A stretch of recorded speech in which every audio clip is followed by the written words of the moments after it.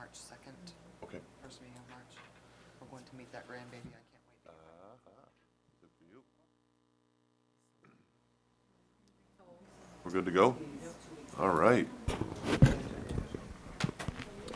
Okay, I'll bring this meeting to order. Now we have our television running, our taping device. If you'd please join me in the Pledge of Allegiance to the flag. I pledge allegiance to the flag of the United States of America and to the republic for which it stands, one nation, under God, indivisible, with liberty and justice for all. Thank you. Roll call. Councilor Cody, I'm not sure where he is. Councilor Crafts is excused tonight. Councilor LaRochelle? Here. Councilor Lunt is excused tonight due to illness. Councilor Mason? Here. And Councilor Pomelo? And Councilor Bowie is here. Okay, first item, please. Twyla. Is under public hearing, special entertainment permit and liquor license for the Railroad Restaurant and Pub. I will open that public hearing. Do we have any comments from the public? Seeing none, I will close that public hearing. Next item, please. Is under the consent agenda, Order 2010-31, to approve a special entertainment permit and liquor license for the Railroad Restaurant and Pub, and the minutes of January 19th, 2010. Make a motion that we accept the consent agenda as I presented. have a motion from Councilor LaRochelle. Second. I have a second from Councilor Pomelo. All those in favor? 4-0. Okay.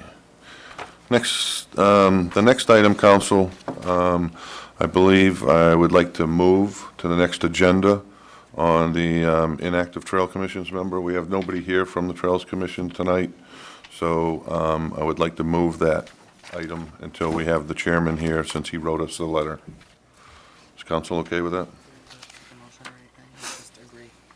Excuse You me? have to make a motion. No, just need to agree to move it to the next agenda. Agreed. Yep. Okay. Thank you. Okay, the next item, please. Is under other business, the revitalization work plan presentation. Let me get the light. I believe that would be you, Rosie. That would be me. Do you want that down a little bit or up more? That's all right. I mean, I don't care. I can see, That's, I think, enough. Is this better, or which would the council prefer? Well, if you do the light switches on that side, you can shut one set off and leave one set on. There we go. Is that, Both of us brighter. No, both. I'm voting both. She's voting both. Oh, well, all whatever. the screens look like that. I mean, that's pretty presentable. I think it'll be okay. I'll show you. brighter. See?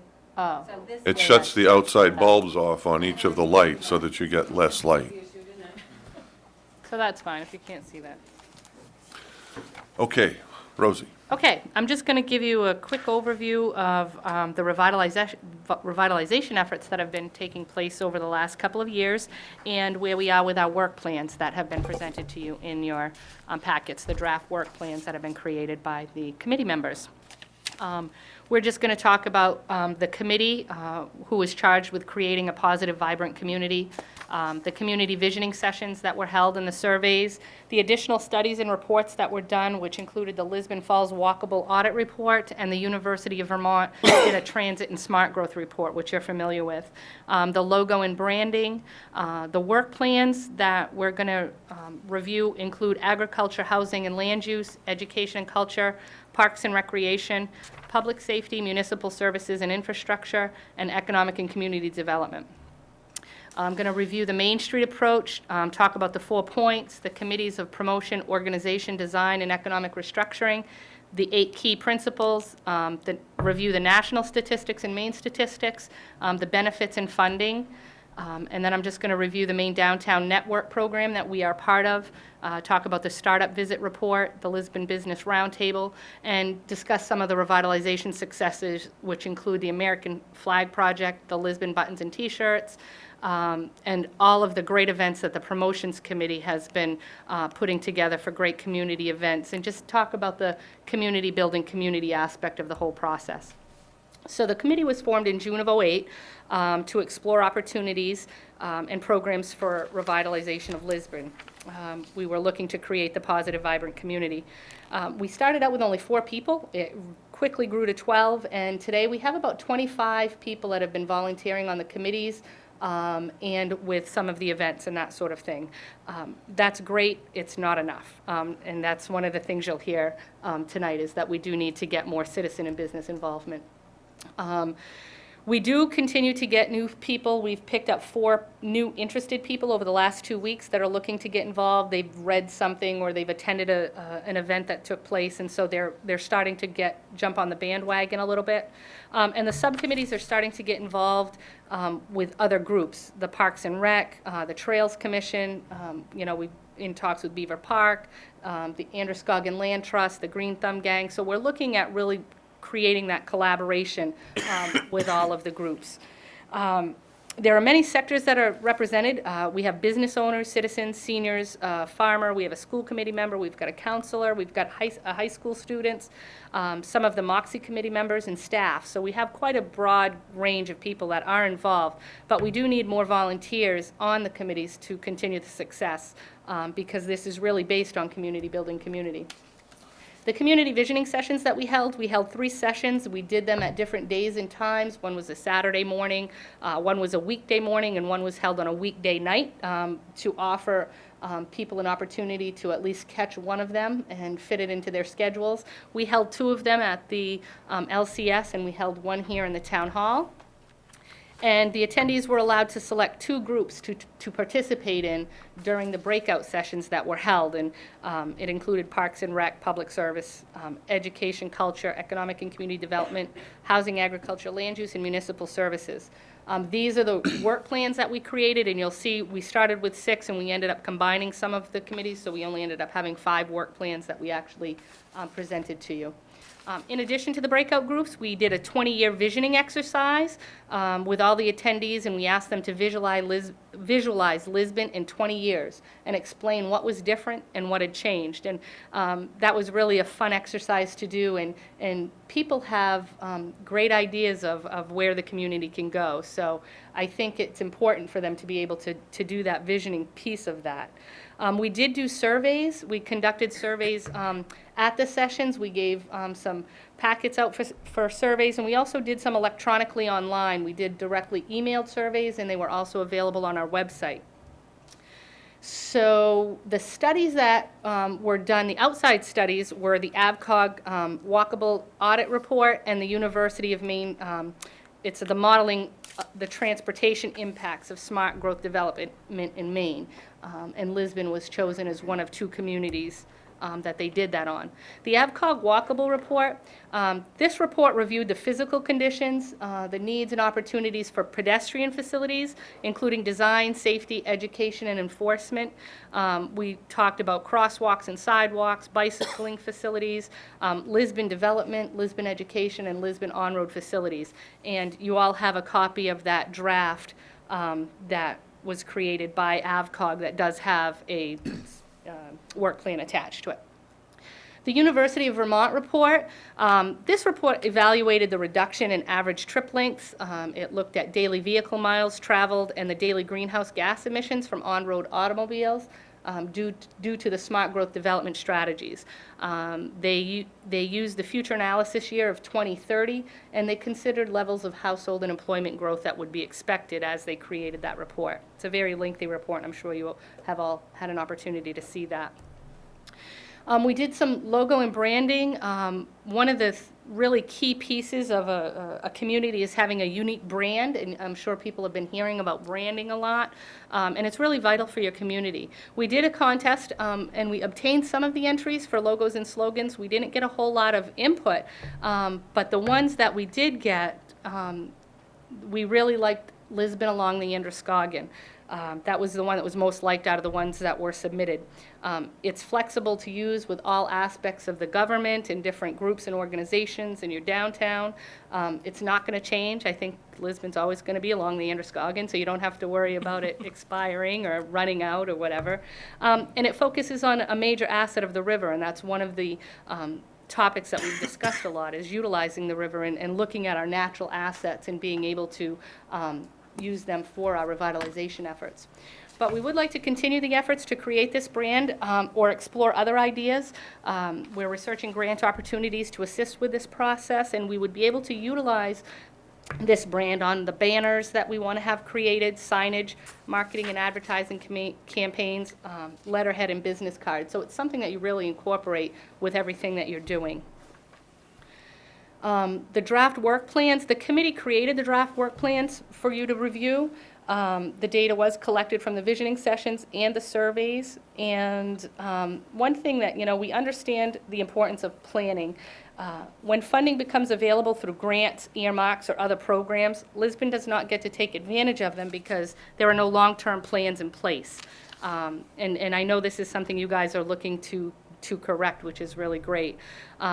We understand there's no money available right now and the economic times and that sort of thing. However, being able to find the alternative funding sources and look at creative financing sources, you have to have that plan to do that. If we have something that comes along, I know a lot of you have heard about shovel-ready, some of the funding opportunities that we've had, but we just haven't had a shovel-ready project. So that's why a lot of this planning is important. These are just the drafts. We're expecting, some work sessions where you add, delete, and change it. It's really just a tool to get the conversation started and to assist you to think in the planning mindset for the future and betterment of Lisbon. These items, in addition to the comprehensive plan and the additional studies that we talked about and other reports that are done, can be used together for strategic planning for Lisbon. And I know Steve is looking to address some of those strategic planning pieces with you guys, so we'll participate with you on that. So I'd like to just kind of review the draft work plans real quickly. Find my sheets. I'm not going to go over all of these in detail because I know you've had a chance to look at them. What I would like to do is just highlight the goals so that the community can understand some of the goals that were created from the input that we received. So I'm not sure what order they are in your packet, so I apologize for that, but I'm looking at the public safety, municipal services, and infrastructure work plan. And the goals that we created, one was to improve municipal services. That includes the implement of electronic payment capabilities, extending town office hours 1 day per week to service people that can't get here during the hours that we're open. We heard a lot of that for people that work out of town. Discussion about spring cleanup, discussion about weekly roadside trash pickup. These were all just things that were discussed. It's not saying that we're going to do it. It was just items that rated high on the lists.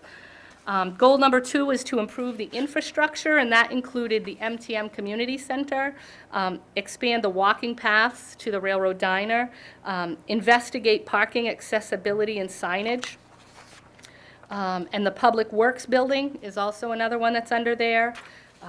One central public safety services building and options, that was something that came up several times. And the infrastructure needs for development, which include roads, water, sewer, and power. Utilizing Capitol Avenue as the entrance to the high school. I know those are some of the things that have been discussed, but that was something that was on our list. And to improve the downtown aesthetics. Other considerations that we didn't really put up with tasks and that sort of thing and activities to be attached to it, but these were things that were kind of next in line. More staff for public works, improve street lighting in town, and make the water department part of the town. Those were all comments that were like the next in line, and as we prioritized those. So we just wanted to put them on there so that you would have them. The next one is the Parks and Recreation Committee work plan. The one goal is to have better utilization of Beaver Park. One of the things that came up was having camping and investigating camping at Beaver Park, expansion of activities, which would include ice skating, sports fields, haunted hay rides, winter carnival, partnering with the promotions committee, having swimming, lifeguard, and use of flotation devices. Those were all things that came up. Another goal was to create a destination arts park by looking at locating a space, funding, and what would it offer. It could offer a skate park, amphitheater, river access, trail connection, a gazebo with electricity, benches, tables, bathrooms, playgrounds, the community track.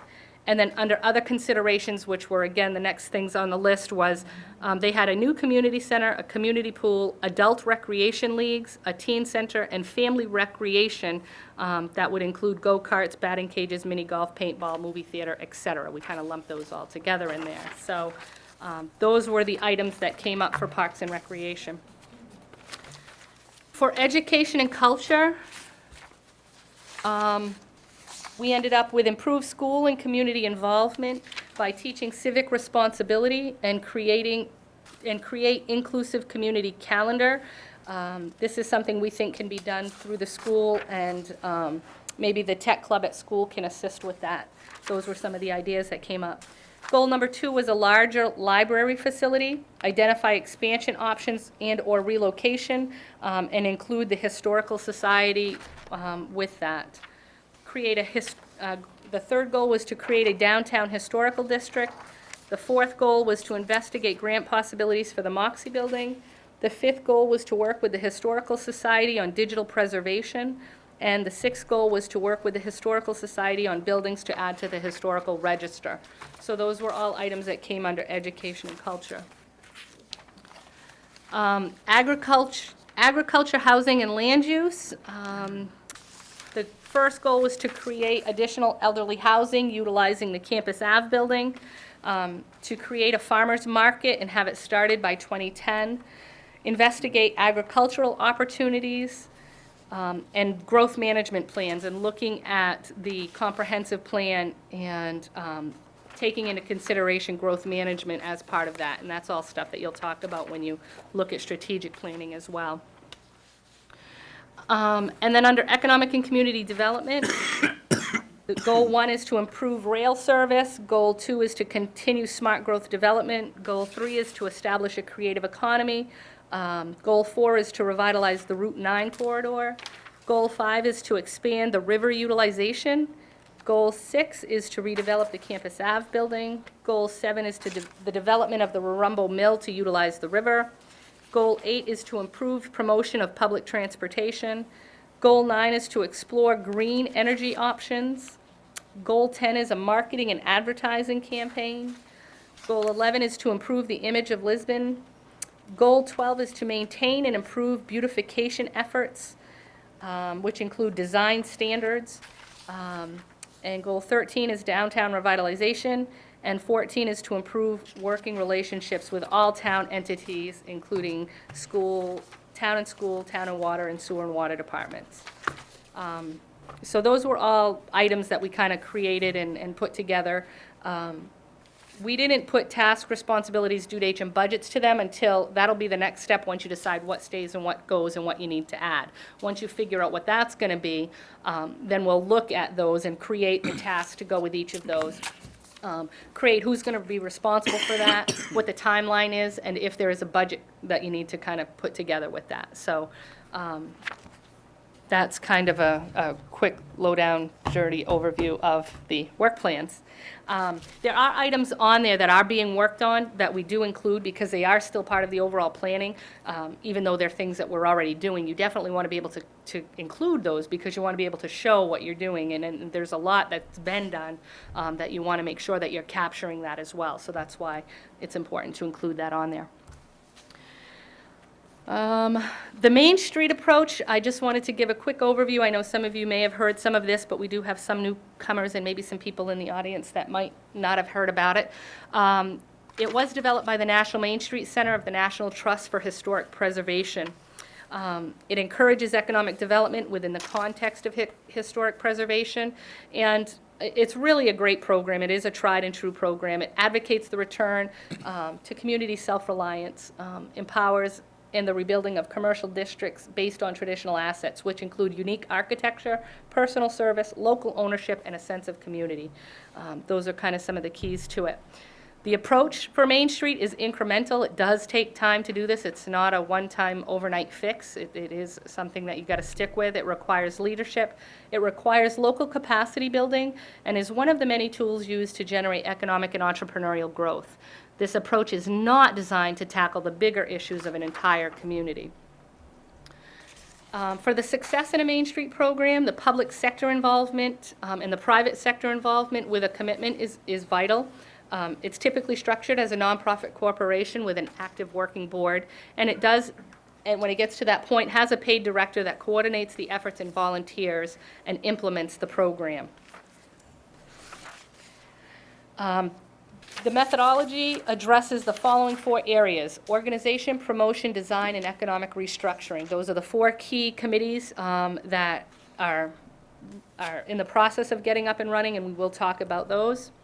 The organization committee gets everyone working toward the same goal. It builds consensus and cooperation among all stakeholders. This group is responsible for attracting the money and the people to the organization. They are responsible for fundraising and that sort of thing. And they keep the boards, committees, staff, and program in good shape, and they are the ones that really look at the oversight in addition to the board. The Promotions Committee sells the image and the promise of Main Street to all prospects. It promotes downtown as the center of commerce, culture, and community life. It markets the district with a positive image through advertising, retail promotions, special events, and marketing campaigns. The Design Committee gets Main Street into top physical shape to attract shoppers, investors, business owners, and visitors. It creates an inviting atmosphere, which includes window displays, parking areas, signage, sidewalks, streetlights, and landscaping. It focuses on the buildings, businesses, and the public improvements. The Economic Restructuring Committee, it finds the new purpose for Main Street enterprises. It helps the existing businesses that are there expand, and it recruits new ones. It converts unused space into productive property. It identifies new market opportunities, and it stimulates investment in those properties. These are the 8 principles of Main Street. It's comprehensive, it's incremental in nature, it requires a local commitment, it focuses on existing assets, it relies on quality, involves changing attitudes, implementation-oriented, and it's a public-private partnership, and it's needed to make meaningful, long-term revitalization possible. These are the statistics nationally. There are 2,200 communities nationwide, and these statistics have started since 1980 through December of 2008. And these are great numbers nationally. The cool thing about all of this is the reinvestment ratio, which is $25 reinvested for every $1 that's spent. So that shows you the return on investment when you start bringing those dollars into your downtown. The Main Street Main statistics, this is reported since September of '02, and this is the 9 Main Street communities that have added to this. The total amount of reinvestment in physical improvements from public and private is $102.8 million. The net gain in businesses is $168. It has created 694 jobs. 401 buildings have been rehabilitated. The number of volunteer hours, and this is really huge, 143,673 hours is a lot of people if you had to hire that. So that's why it's really a successful program. It's really based on your volunteers and your community supporting the efforts. And that's why it's really, and I stress that that's really the key, one of the key components of this program. And the reinvestment ratio in the state of Maine is 24.49 for every dollar that is spent. So that in of itself it speaks for itself, and it shows you that it is a sustainable program. There are a lot of benefits for the program. It enhances community pride, preserves and creates jobs, redevelops buildings, increases collaboration, bolsters property value, grows the businesses, attracts new businesses, protects historic assets, which is really a key piece. Historic preservation is a really key component of the program. So instead of just, as you talk about smart growth and you think about building new and growing, you're really utilizing the buildings that you already have here. It increases the tax base by developing vacant buildings to higher and better uses.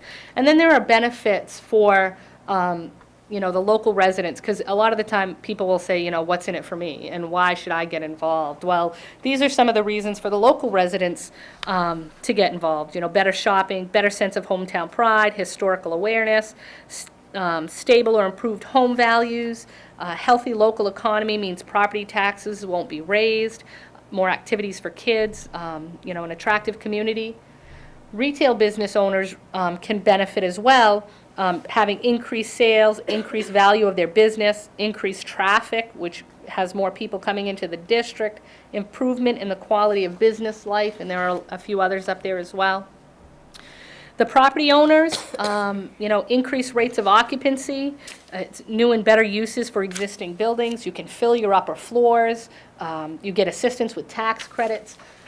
There are the historic tax credits, which I've talked about with Campus Ave, that now have state and federal tax credits. So there are dollars out there for people, and that helps you to do that. Improved town center image, those are all things that are really great. For the municipal government, these are the benefits for the community, for the town. It's increased income to city through additional tax revenues, increases the number of local jobs, it improves the local economy. You get a positive perception outside of the community about the town center, improve relations between the city and the community at large, business recruitment, and the impetus for public improvement. So those are all really key pieces for the municipal government. There are other ones for professionals. I'm not going to go down through all those, but you can see improved town center, a way or forum for having town center needs and issues addressed, increased traffic again, better business mix. All of those things are important to professionals. The large corporations, again, they also have benefits, increased economic and residential growth, positive perception of community as a draw for industry. I've mentioned that before, that when you're recruiting other businesses to come here, your community is what you have to sell, and you have to be able to sell your community as an attractive, positive community for them to come here.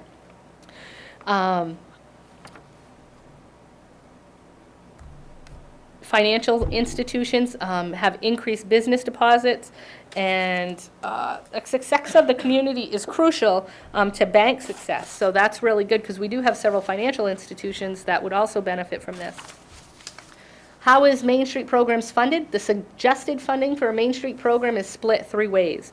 A third typically comes from the municipality, a third comes from the businesses, and a third comes from residents and fundraising events.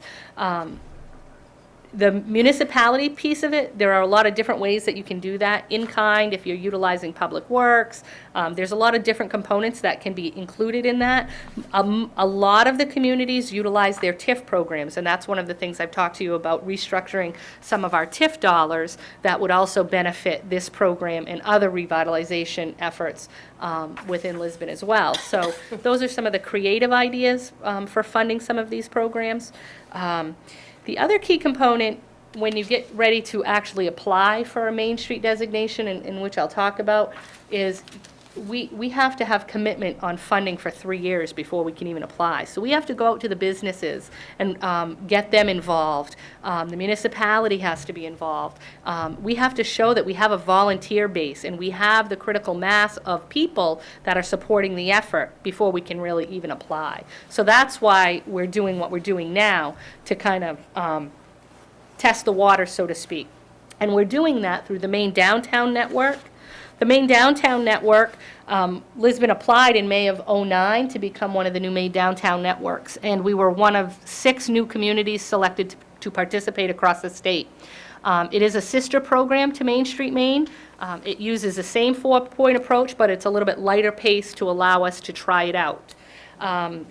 And we can get to see if it's a good fit for our community before we apply for the full Main Street Maine designation. That is our goal. That's kind of been the goal of the committee.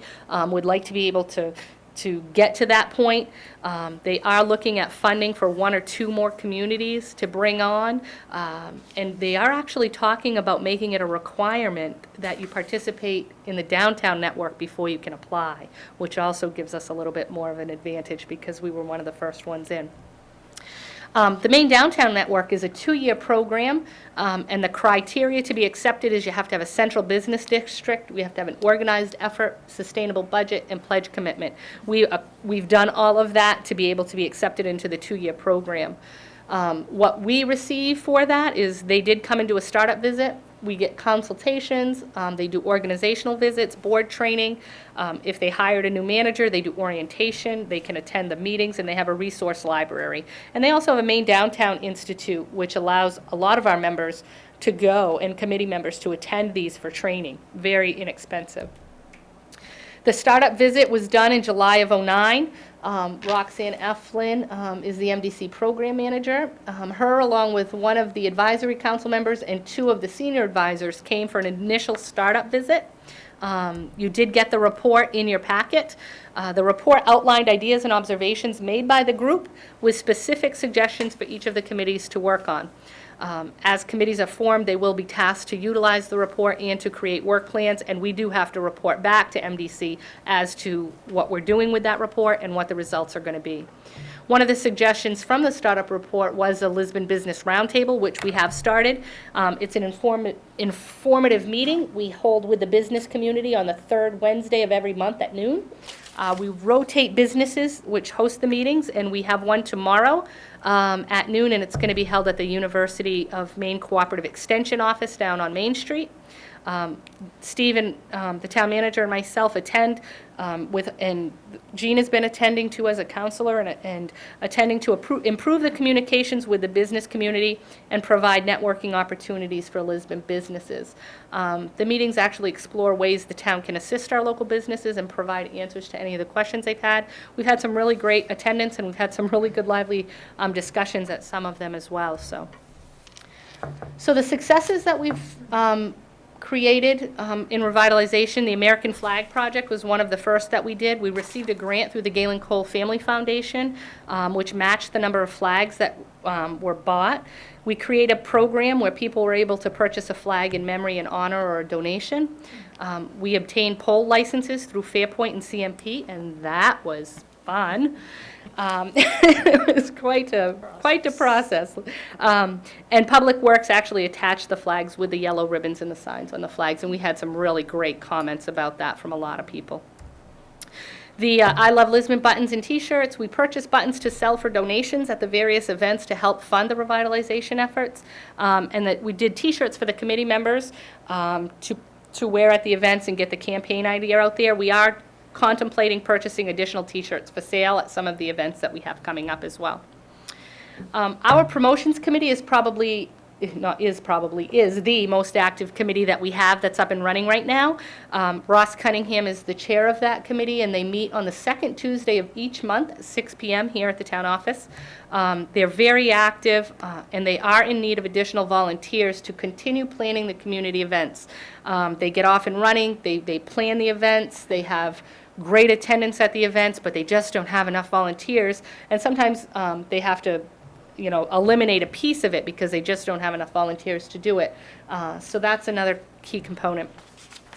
The events that they've held, they created the Lisbon Concert in the Park series. It's held on Sunday afternoons from 5 to 7. Last year, all the bands donated their time. There was a shop local table that featured local Lisbon businesses, and the attendance each week was between 100 and 200 people. It was very well received. We had great comments. And this year, we're in the process of doing that again. Businesses are actually starting to donate so that we can pay some of the bands. Ross is really looking at a variety of music, from blues to rock to acoustical and all kinds of variety that will run the gamut. So he's really being selective with that. So we're looking forward to that. And we are going to be having a new gazebo stage built for that event as well, which is going to be sponsored, we believe, by a business, which would be great. They did hold a harvest festival, which had kids games, bake sale, hot cider table, a chuck a chicken contest. They had local businesses participate. The PTO and boosters had tables. There was a live band performance. Rubber chickens. And what? They were rubber chickens. They were rubber chickens. Yeah. And they had over 150 people attend. So then again, it shows you that people are looking for these community events. Our holiday event was a very merry Main Street. And just so that a lot of the events, when you're looking at things downtown, to just create that center center of community downtown. There's a lot of different things. Sometimes it's an event just to bring friends down. Sometimes it's an event to ring cash registers. And sometimes it's just a community fun event. And so there's different components to each of the events that they have. This event actually followed the Lisbon tree lighting ceremony. Santa was at the Lisbon Falls Fire Station and greeted the children there. The library took photos for them. 12, I think more than 12, maybe, I know it was 12 at one point. Businesses actually stayed open until 8 p.m. That I don't believe has ever happened here, and that's one of the pieces of looking at how to utilize the people and do better for your businesses. So it's really important that the businesses cater to the people, and so staying open really was beneficial to them. They had over 140 people enter the businesses downtown. They had carolers set the mood up and down the street. Some of them were in costumes, and we had really great feedback from the local businesses and the citizens. The Sausage Kitchen, I think it was, they had 30 gallons of soup that they sold out of in like 2 hours. And they just, their registers were ringing, and that it was really a really great event. And they had, one of the local businesses actually had a band that was playing in their business, and, you know, they had cocoa, and some of them were serving refreshments and that sort of thing. So it was really a great event. We heard some good things for it. The last event that just happened was the father-daughter Valentine Dance. This just took place over this past weekend. The promotions committee partnered with the rec department. Over 120 people attended. They had a decorated hall, they had refreshments and a DJ, and they actually had photos taken for the fathers and daughters to capture the special event. You know, a community benefit, we always look at that. Local florists, there was flowers that were sold. They were going to get their hair done and their nails and that sort of thing. So that creates another benefit for the community. So that was a really great event. So the key is really community, building community. You'll hear that a lot with this program. Main Street is a nationally proven program that's transformed many small rural communities. It is vital for citizens and businesses to get involved and volunteer on a committee for it to be successful. To apply for Main Street designation will require a community commitment with the volunteer numbers and the ability to fund a program. So we really would like to encourage everybody to get involved, you know, today. And I would like to just recognize the committee members that are actually in the audience that are here to support the efforts. Ross Cunningham is here.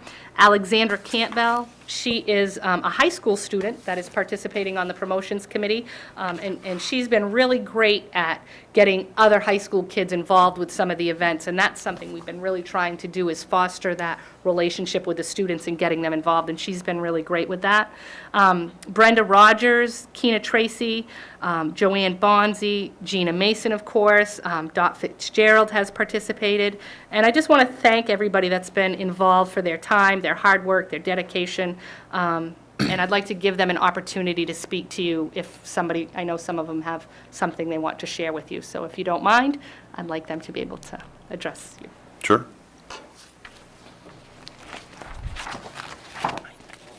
I don't know who's going We're all first, but sitting somebody here. jump. This is just a little, my name's Ross Cunningham, I'm the chair of the promotions committee. I've been doing this for about a year now, and I've really enjoyed all the stuff we've done. Ooh, wow, excuse me. Last week, my 5-year-old brought home a booklet that said, "My parents help the community." Totally unprompted, she made it in kindergarten. So if you don't think we're making a difference, you know, you know, I was just blown away. So I just, you know, for anybody who's not getting involved, if you want to make a difference in the community, please do. Thanks.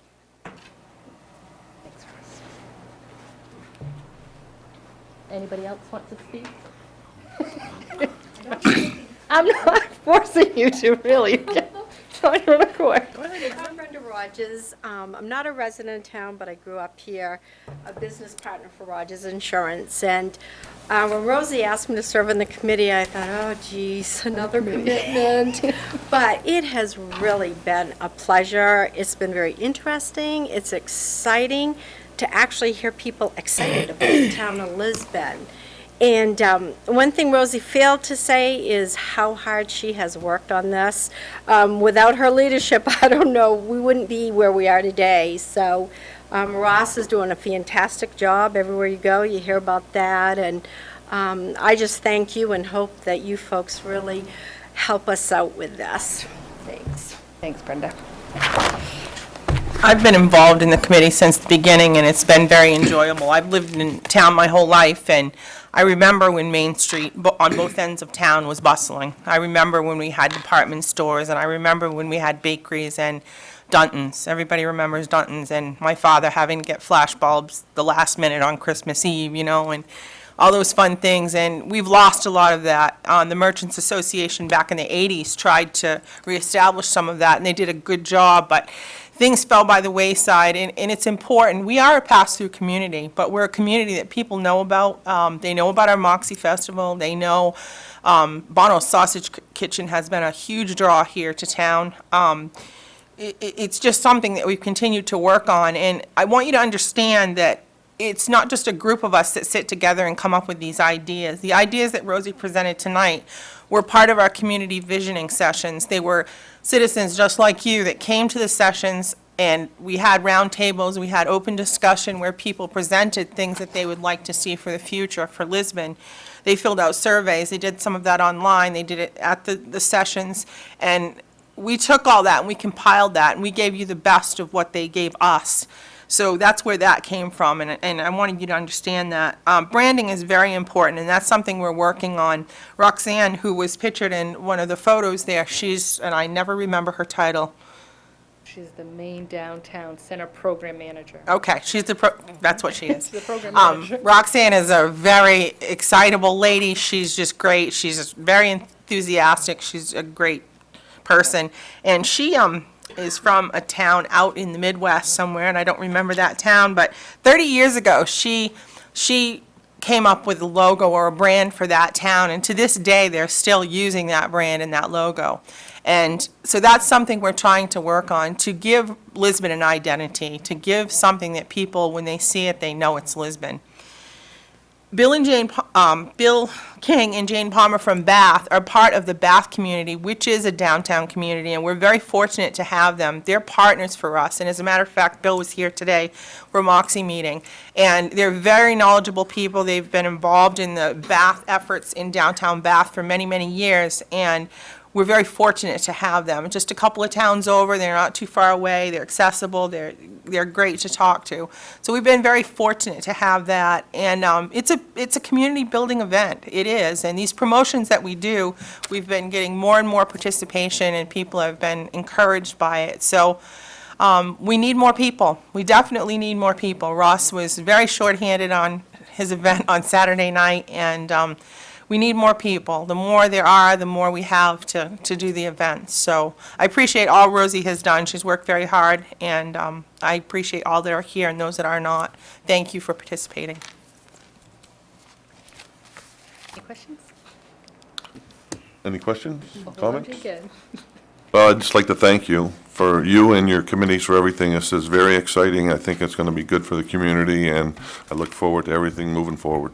Thank Make you one very comment. much. Sure.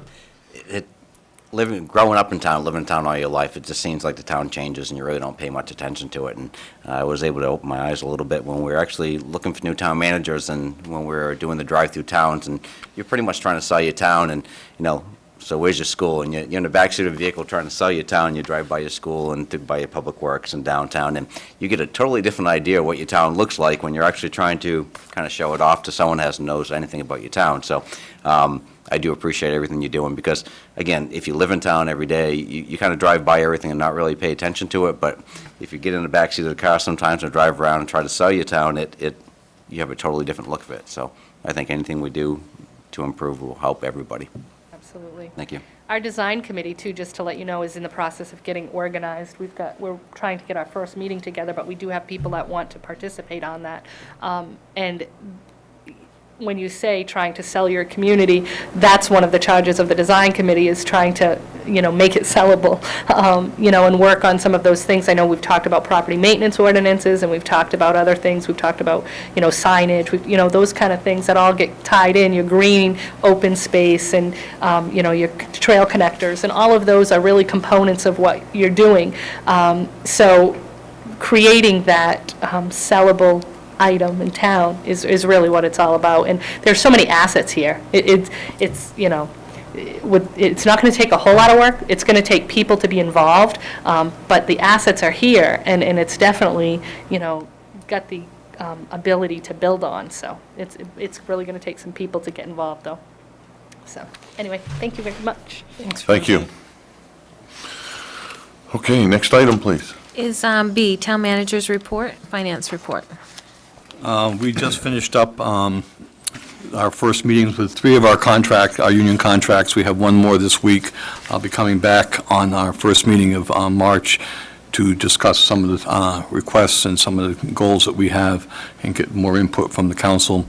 The Route 9 project is an ongoing project. We met last week with K&K Construction, who's other people doing that work, and we'll continue to do that as that project moves forward.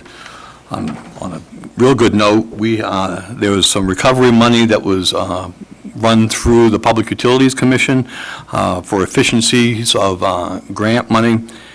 They got a total of $9,593,500 to spread amongst all the main communities. There were 59 applications for that funding. The maximum a municipality could receive was $85,000. We were awarded $85,000 to do some specific projects to save on energy. One of them is to insulate the Public Works building, as well as replace a 35-year-old boiler, and also to replace windows in the MTM Center.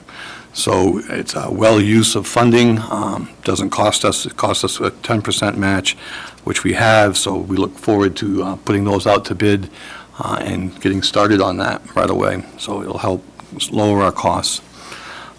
They finished the installation work here. It took them a little bit longer than they anticipated. They started working on Wednesday, and they finished up everything yesterday and cleaned up. You wouldn't have even known they were here.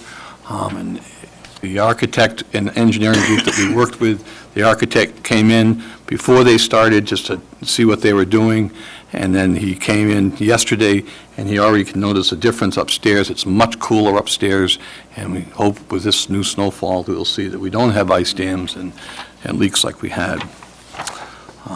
Police Department awards, I just like to recognize several of our officers. The Maine Chiefs Association holds an annual meeting, and recommendations are made from different departments on officers to receive awards. Officers McGee and Estes both were nominated and received awards for life-saving, and Sergeant Harry Moore also was recognized for a bravery award. I think that really says a lot for our police department and the good work that they do. And the school department and we put out bids together. Those will go out. I think they're going out this week, and they'll close on March 2nd, and we're doing that jointly to see if we can save some money. Is that fuel bids? Those are fuel bids, yep. So hopefully we'll get some good costs, and that will be one of the things that won't increase this coming year. And that's all I have. We won't talk about that. Okay. Any questions? Okay. Finance report, our new finance director will be starting Thursday. I'm anxious for her to get here. And we have just the expense report for this past month. There really are no substantial changes in that. Everybody's on track where they should be. And we'll see the revenue. We just put out tax bills several weeks ago, so we're starting to see the coffers fill up again, and we should be in pretty good shape. The revenue side, I know just looking quickly, we're down on the excise tax. We have not seen that grow, and the revenue sharing is also off, and which we expect it to be with the economy, and we're planning for that for the next budget process. So, any questions? Questions from council? Okay. Next item, please. Is C, Lisbon Night of Appreciation. We will be sending out flyers to everybody. This is a program that Rosie and I have started. It's to recognize employees in the town for all the work that they do. And we felt we needed to start recognizing them for the length of service and many, many other areas. And we also wanted to incorporate volunteers. So those will be going out to the businesses and out to the public to make recommendations, and we will make awards and recognition. We had a plan for April 8th at the Holy Trinity Church from 6 to 8 o'clock. It'll be, dinner will be provided. It'll be a somewhat quick affair, but it's important, from my perspective, is that we recognize the employees who do good work here and show them that we are observing that, and the community, because the community is watching. We can guarantee that. And that will be out this week. Any questions on that? That's more than just employees, though, right? Yes, it's more than the employees. It's also people who volunteer. It will be people who volunteer for all of our committees. It will be people who volunteer for what you saw tonight. People who volunteer in the rec department. The rec department has a tremendous number of people who help out in those programs. So we want to really reach out and recognize those people. You recognize as businesses as well? As businesses as well. Business Person and Business of the Year. I'll read the categories so the public can hear it. People's Choice Award, the Customer Service Award, the Part-Time Reserve Employee of the Year, the Volunteer of the Year, Employee of the Year, the Business Person and Business of the Year, and the Nonprofit Community Service Leadership Award.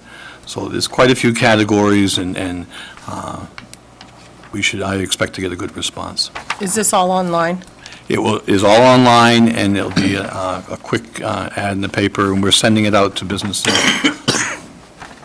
and the public, so people will be able to see it and make their recommendations. Great. Awesome.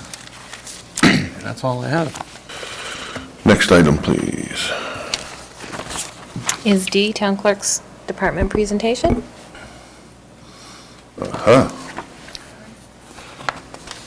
This is a continuation of each department doing an orientation, so for council members, and we'll do this part public, and then when we adjourn, we'll just do a quick tour of the vault and things that she has pointed out.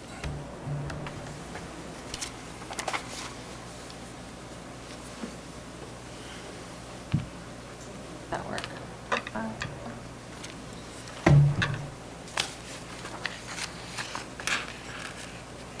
There we go.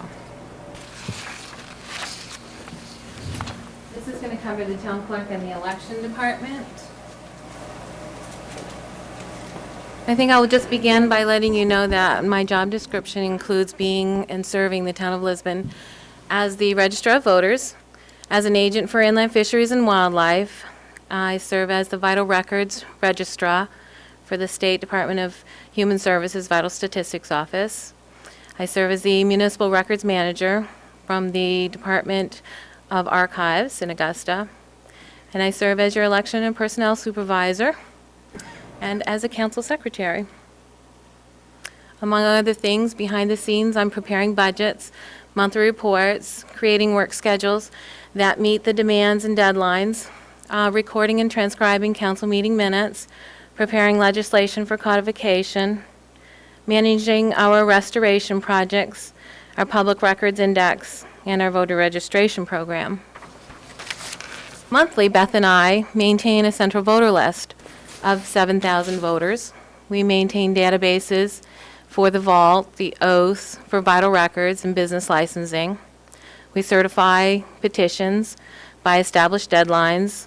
We send monthly reports to the state for inland fisheries and wildlife, for animal welfare and vital records. Among some of our jobs, we administer oaths of office for local and state-appointed positions. We perform research for the public and town personnel. We sign for and distribute packages. And we act as the filing contact for summonses and lawsuits and for notices of county hearings and various other announcements. We process business licenses for the town of Lisbon. This year, we sold over 1,200 fish and game licenses. We licensed over 1,000 dogs and 75 vitulers. We processed some mobile home parks, special entertainment permits, liquor licenses, off-premise catering permits.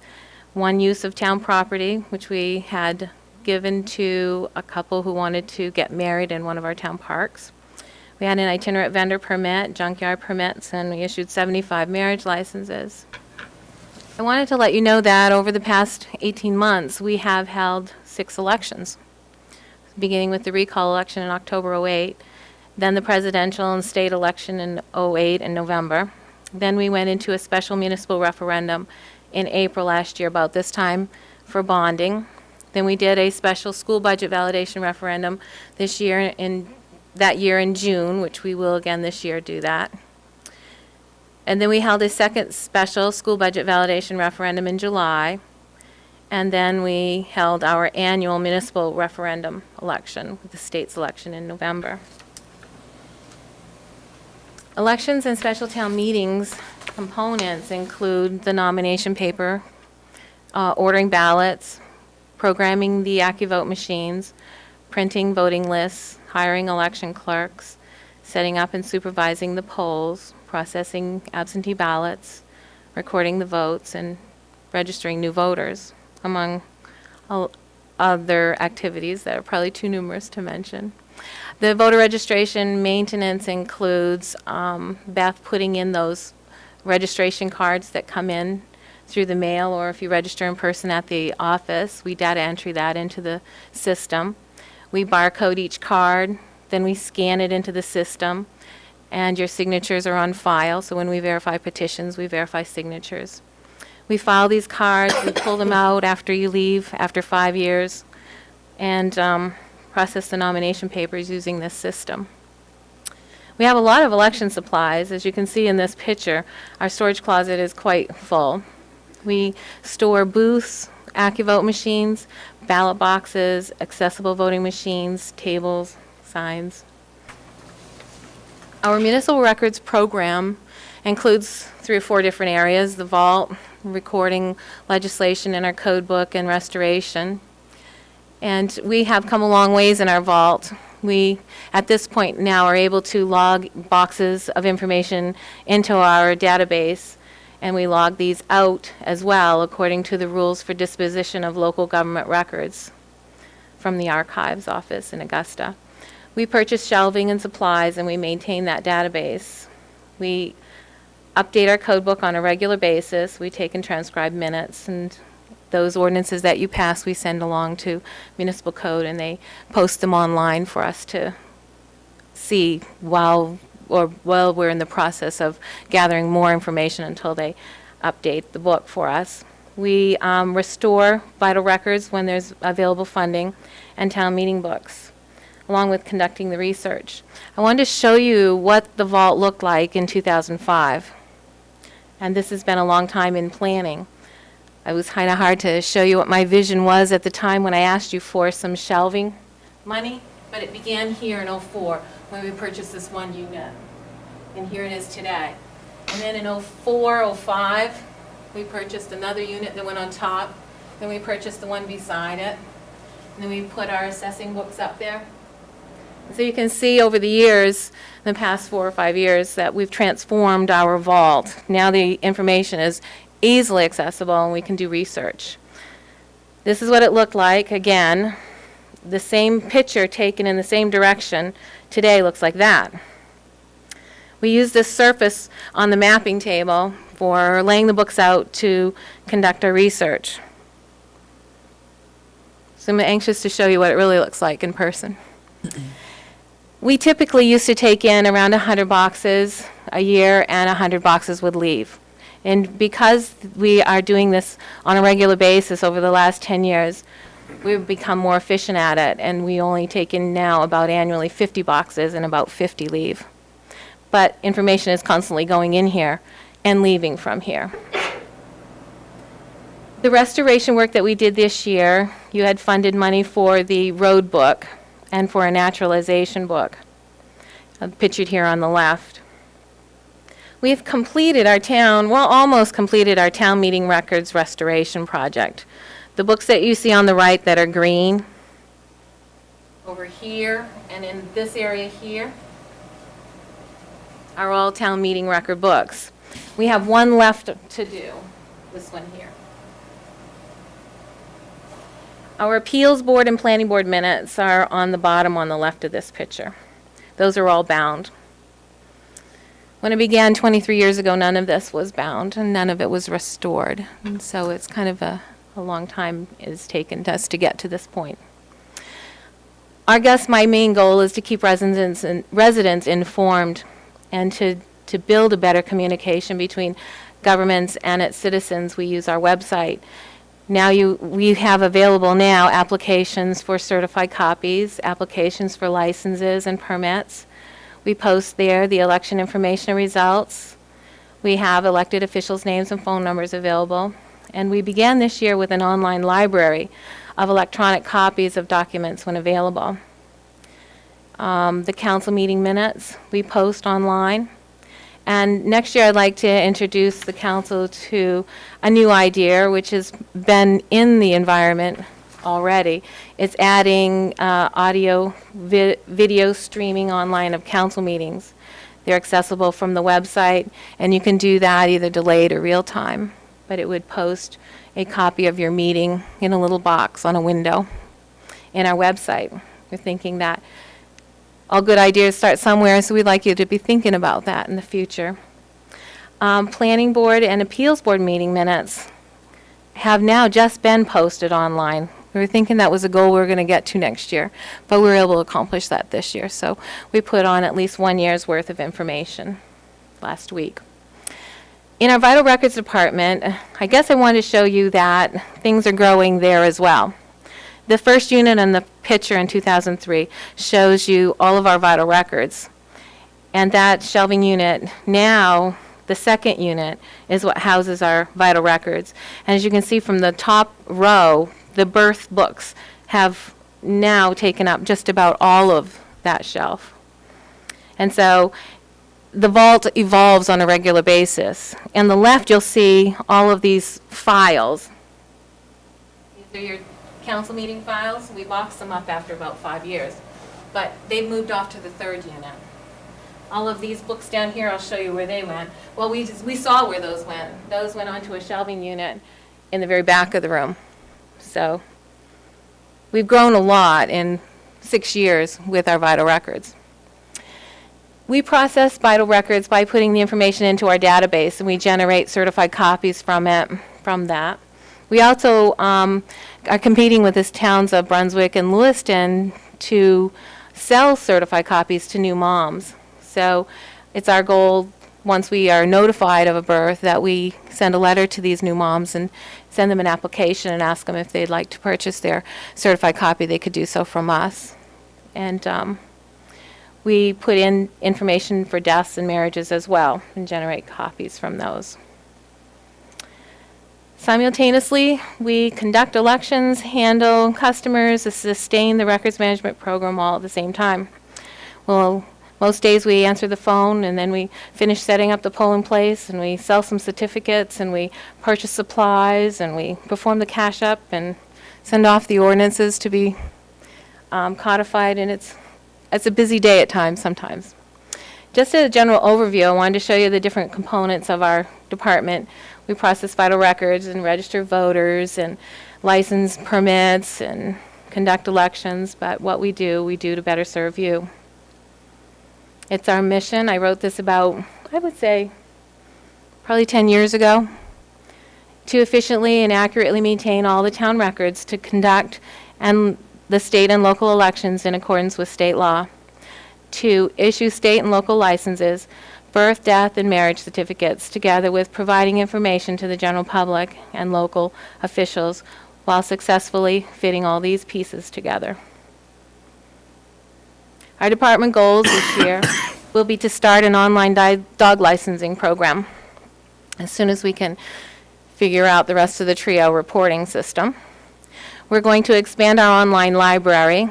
We're going to try to upload indexes for vital records prior to 1892. They're all public information. Next year, we're hoping that you'll fund an online intelligent video streaming council meeting for library for access by the public to council meetings. And we're hoping this year to purchase 2 AccuVote machines and ballot boxes. We're hoping to use the Care Forward money that we set aside earlier, the Care Forward money that we budgeted this year, and balancing, the balance of $3,000 is needed in this year's budget to complete the purchase. I asked myself what's made a difference over the years, and I think that the biggest difference for the public and ourselves was from the funding for updating our municipal ordinances. It made all of that information accessible. It's easy to find. The public likes to see that. I think funding the records retention program for the municipal documents, the shelving, the storage containers, and the supplies made a big difference in our vault. And I think funding the restoration projects. To date, we had 43 volumes restored and 72 volumes bound. Each volume costing approximately $1,000. I think you have invested at least over $43,000 in a restoration. And each book was over at least $100. So you have another $7,200 you've invested there. Most of this information wouldn't be available without the grant writing that we did. I wrote a grant, I think 2 years ago, and we received the money to put together the vault indexing system. And this year, the grant money that I got for restoration and produced an electronic copy of the road book. And now our road book is online, available for engineers and people who are surveying and that sort of thing. They can go online and see the entire copy of our road book now. On the horizon, I saw new legislation, a possible addition of new revenue. It was a little disappointing. At first, I was told that copy fees might go from $10 to $60. And we typically take in $5,000 a year. But after looking at some of the new legislation, it looks to me like they were going from $10 to maybe $15 locally. That would only produce an extra $500 in additional revenue. But the state is looking for new money. And so in that new piece of legislation, they'd like us to return 25% of what we sell for vital records. And they would like us to pay for the paper that we use to print it on. So I'm not sure if that paying for the paper will be out of the 500 or not. Hoping it doesn't put us in a deficit position. Elections this year coming up, I saw we should budget for 3. I think we should budget for our annual municipal and state gubernatorial election in November 2010 and the school budget validation referendum in June of 2011. And since we typically do an April bond, I think we should bond for a special small election for either a bond referendum or for a second school budget validation vote. Special recognition goes to the town manager and the councilors, past and present, for approving our restoration funds, for approving the vault indexing and restoration grants, and for supporting good ideas and improvements. I'd like to also thank my staff, Beth French, the assistant clerk, Gwen Michelle and Lorraine Dunn, deputy registrars, Sheila Gray and Monique Gayton, our wardens, and the numerous election clerks, because it certainly couldn't be done without all their commitment and without their customer service and dedication to the job. Thank you for your support. That's it.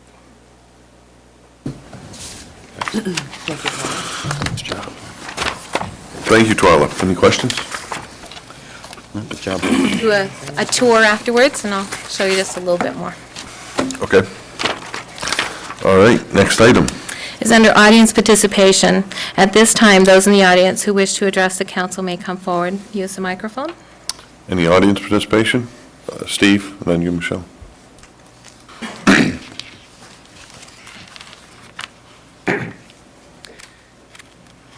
Thank you. You came tonight, I think, expecting to discuss the trail, and I'd like to take a minute to talk about that, if you don't mind. But first, I'd like to say an amazing job by both Twyla and Rosie on telling what's going on, and they're a great credit to the community. Thank you. Well, the idea of a trail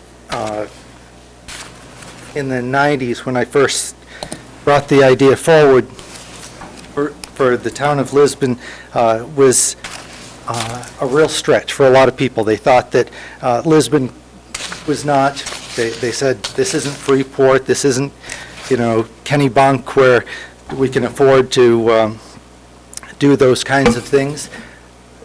But I persisted with it, and eventually the Paper Mill Trail project came together, and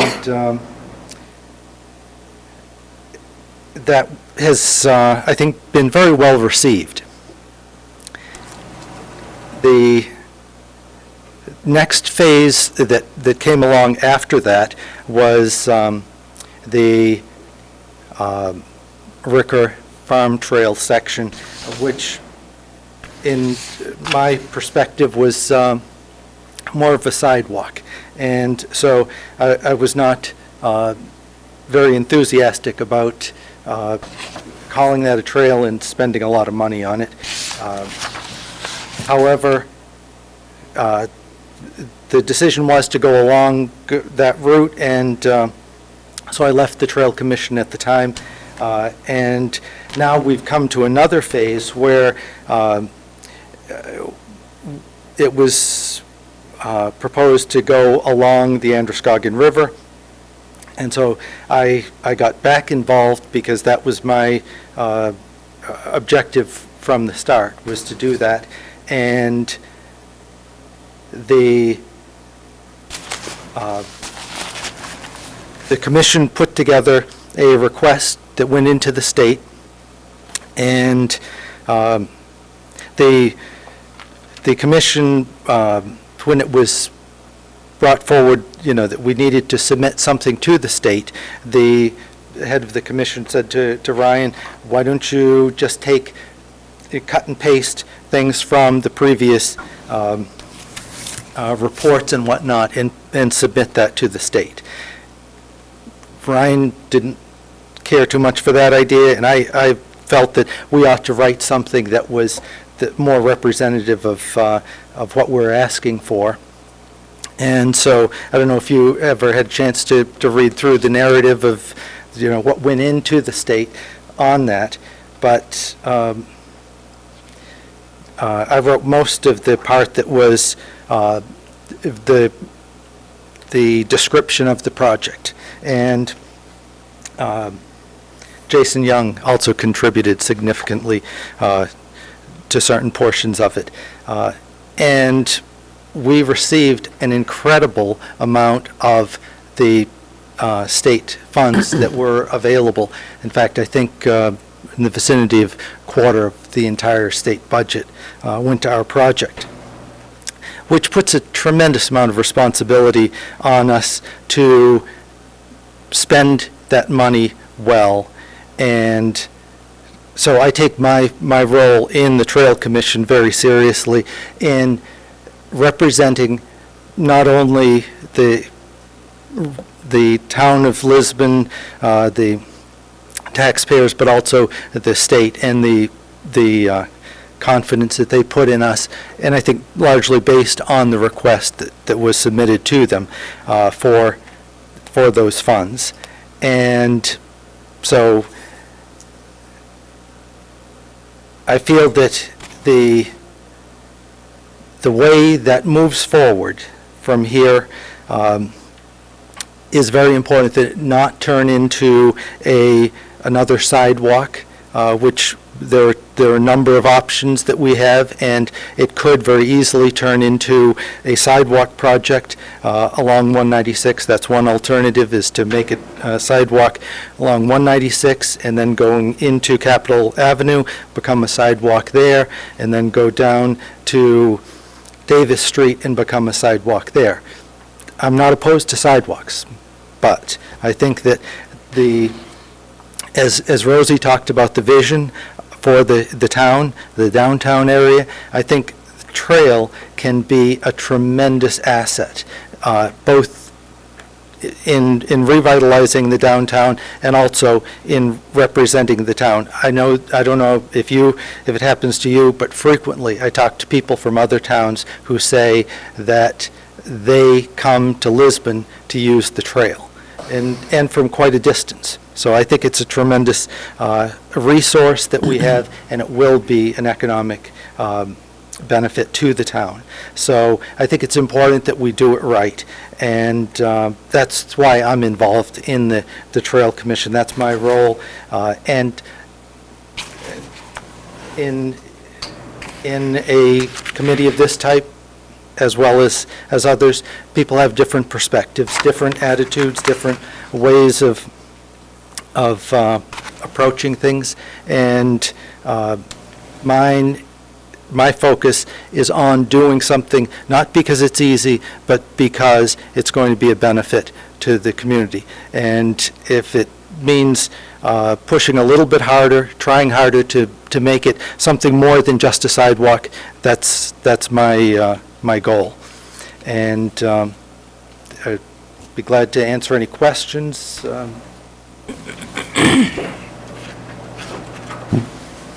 I mean, I don't have any questions. just the, some of the initial views that we got on some of the planning for that, seems like hopefully it'll be a little bit more than a sidewalk. Seems like they had some pretty good ideas, so not seeing much more from there. I'm sure that they're hopefully working as hard as they can to make it fulfill what your thoughts are. I know there are some challenges down in that area for sure, as far as with the landowners and by the river and everything, but hopefully at the end of the day, it will be as good as what the trail is now that everybody comes to visit, so. Well, I could say that the support from Miller Industries and Mr. Miller has been great. Even on this section, we have now the commitment to allow us to go along the river. So we have the opportunity to really open up the riverfront as a resource for generations to come. Thank you. Michelle?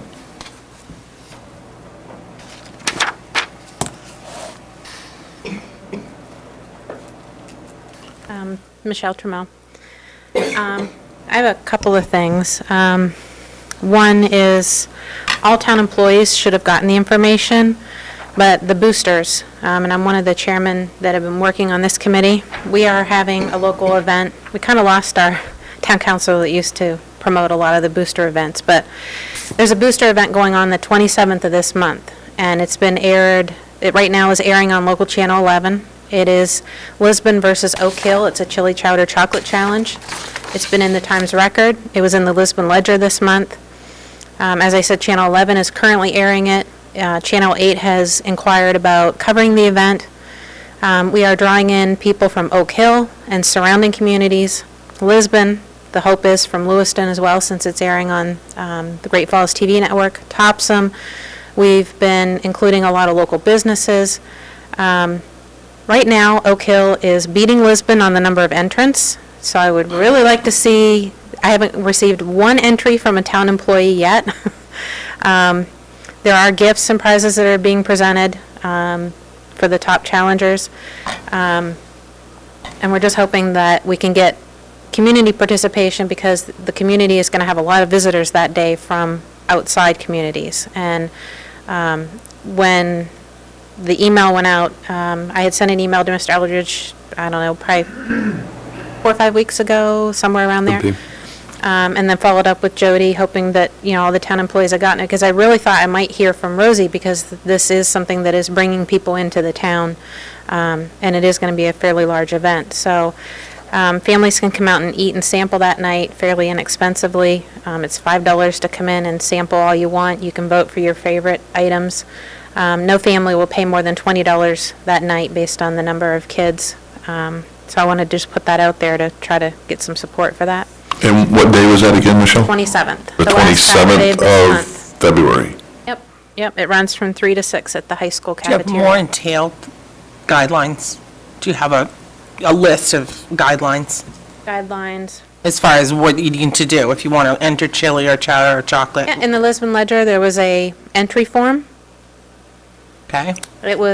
He shrunk it down really small. It's under the community events page, which, when you'd open it up, it was either page 2 or page 4. But it was on the left-hand side, one of the first 1 or 2 pages, and he really shrunk it down. You can contact me directly.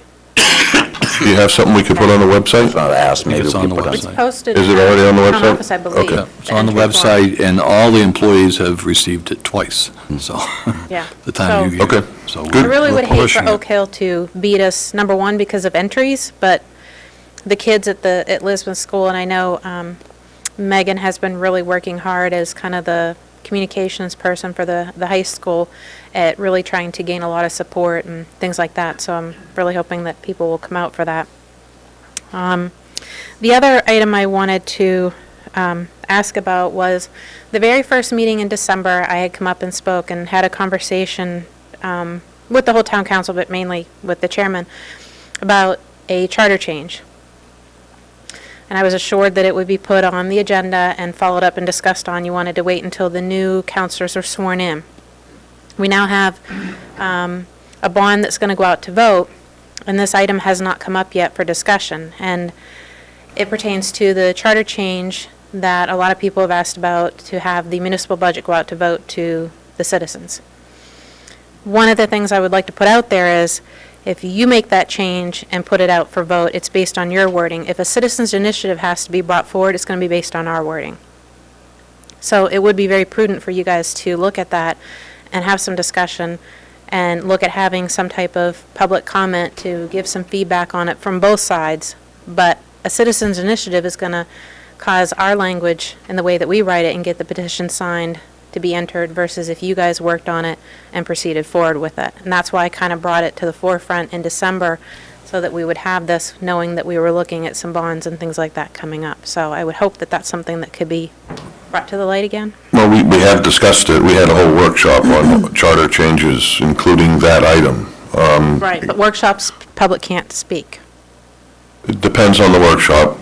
Sometimes we let them speak, sometimes we don't. Depends on what we're trying to get accomplished in that evening. But we did have, the council did discuss the items, a number of items. I mean, council has not come back to me and said that they're all gun-ho on any particular one of any of those. I think we talked about 10 or 15 in total that evening. Right. And, I mean, I'm more than happy to bring anything forward that council wants. Well, I'm just asking again because I was reminded through some emails and phone calls that I've received over the last couple of weeks, wanting to know whatever happened to it and to make sure it didn't fall the wayside. And my whole thought, as I had presented it back in December, is it is a much more prudent thing if you guys do the wording and the language, then it's written to the way you feel it should be, and Mr. Terrio, versus a citizen's initiative. If we request it, it's going to be written by the way that we write it. And so it would be much more beneficial if you guys look to proceed that way versus having the citizens do it. Agreed. Any other audience participation?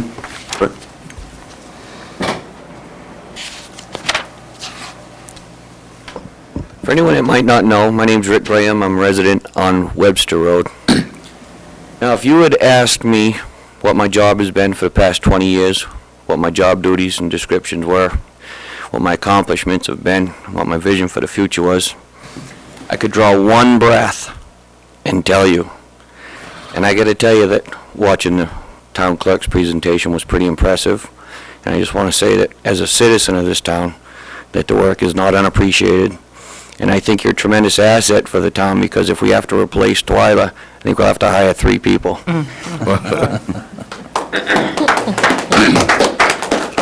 Thank you.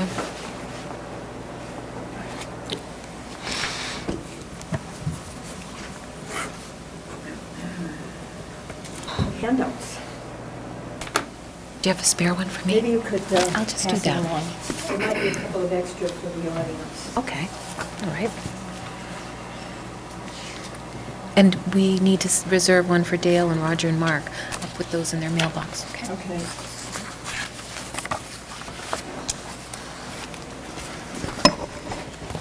My name is Dorothy Fitzgerald. I'm a resident of the town of Lisbon, Lisbon Falls. Last week, I was doing some research in the assessing part of the town records, the town website. I was looking for the name of a property owner. And I knew where the property was, and I didn't have a name, so I started in alphabetical order. Thank you. 1, 2,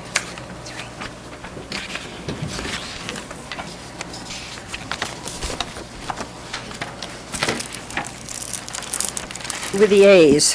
When I came to the town of to Lisbon, Town of, I was amazed at the number of properties that apparently the town of Lisbon owns. On page 22, the first four properties are not owned by the town of Lisbon, and I know a lot of them are town-owned buildings, you know, although going through, I didn't see anything on Capitol Circle. 50 Park Street, evidently there's a building there. Is that something that is a town-owned building? Winter Street, 18 Poplar Circle, 14 Poplar Circle, 11 Poplar, 6 Hemlock, 0 Beach Street. That's all in Winter Park. Are those lots that the town has acquired through non-payment of taxes? No, those are all parts of a subdivision that's open space, and the deeds need to be changed because it's really part of the subdivision, and our assessor is working on that. We have a lot of properties that, within subdivisions that are considered, somehow they got anointed as being the town of Lisbon property, but really, they belong to all the people within that park, and because they're part of the open space that was required in that subdivision. That's the way we understand it. So he is going through probably what you have here, maybe more, and working with our attorney to get that clarified, and basically off the tax roll, but it'll still exist on some of them. Okay, because that's what I was wondering. And then off the Littlefield Road, there are two properties, 0.25 acre, another one 2.25. Summer Street, that's probably the Station. yeah, thank you. Let's see. There's some more here. 5 Booker Street. I don't know what that is. Oh, is that little piece of bank that the bank donated? Probably. Okay. Probably, yeah. Right behind the bank. 19 Bowden Street and 5 Bowden Street. Those are just both pieces of land, small pieces. 17 Bowden Street is a larger parcel, 4 acres. Perillo Street, oh, there's Capitol Avenue. 15 Patterson Street, evidently is a building, 0.71 acres, no building on it.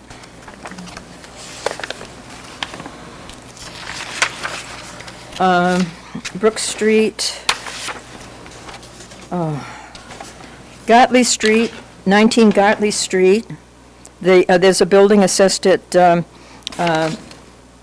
land is assessed at $495,000, and the building at $768,000. That's on page 24. Wouldn't that be the school with the superintendent's office, I believe? Okay. 0 Lisbon Street, building 9 Upland Road, 2 St. Anne Street, Franklin Street, a piece of land. You know, I'm just wondering, are these properties that the town owns that can be sold? There's 32 acres up on the Ridge Road that was purchased many, many years ago for a new high school. Are those town properties that the town can sell to generate income and to generate real estate taxes? I don't know if all of these can be. I mean, the one on Ridge Road that you referred to, that 32 acres, which is, I think, basically all ledge, that was designated for a high school at one time, that could be sold. However, we looked into that, I believe, a few years ago. No, it was even before that. Somebody was interested in buying that property, and the town didn't want to go for it because I believe there's a lot of trails and things on that property for snowmobilers, for ATVers, and things like that were used, and we got a lot of feedback that we should keep that property so they could keep those connections, because I think that actually connects down by Carl Houston's place, close to Main Street and into the park area. So it's a big access area for a lot of people. So that was one of the things I heard about that particular one way back when we had a person who was interested in buying that property. couldn't there be one, say, parcel, a right-of-way retained for that purpose and sell the rest? It could be looked into. I'm not saying it couldn't be, but I'm not sure about all of these on here. I think, Steve, you probably have more information than... Well, we're going through each piece, and that's one of the things that Pat Dow is doing. Within the last month, we've been talking about the Winter Street and all the small parcels that are in between homes. Most of those are lots in between houses, and they're part of a subdivision open space that was required when the park was put in, or the subdivision. Some of these you'll see, like, they have sewer pump stations on them. I saw that things like sewer that. line. We did have somebody interested in the property, like Mike said, since I've been here. Local citizen approached about buying the acreage up on the Ridge Road. At that time, the council chose not to take any action. Yeah. We did have a parcel, the island down on the Ferry Road. The council did donate that to the Androscoggin Land Trust, so that's a parcel that probably hasn't been taken off that. We're drawing up the deed on that. So there's a lot of work going on these parcels. Some of them, we just have to change the language in the books, because it doesn't really belong to the town of Lisbon, those open space pieces. We don't really own those. It's just part of the subdivision and needs to be changed. Okay, well, I wanted a clarification because, there are over 60 parcels here that, some with just land and some land with buildings, and I'm thinking, wow, is there a potential for real estate taxes for income in the sale of these properties? If there's a parcel we can sell, we will bring it before the council. Believe me, I'd much rather have it on the tax rolls than sitting vacant, not doing And if that. it's going to go on the market, I would rather see, rather than a little tiny legal ad in tiny, tiny print, just like the Frost Hill Avenue one, that I only saw once, and I think I'm probably the only one that ever saw it. I would hope it would be better advertised. Thank you. Expensive. Very expensive. Any other audience participation? Okay, next item, please. Counselor Communications. Councilor Communications. Do we have any communications? I will. Sure. Just like the chili chocolate to taste off, that sounds pretty good. I've actually had quite a few people mention that, saying that would actually be kind of neat. So, I'm glad something like that's on. Hopefully, they do raise quite a bit of money. And even mentioned with Rosie, I think there's a lot of local events that happen that really need to be kind of tied into all the events.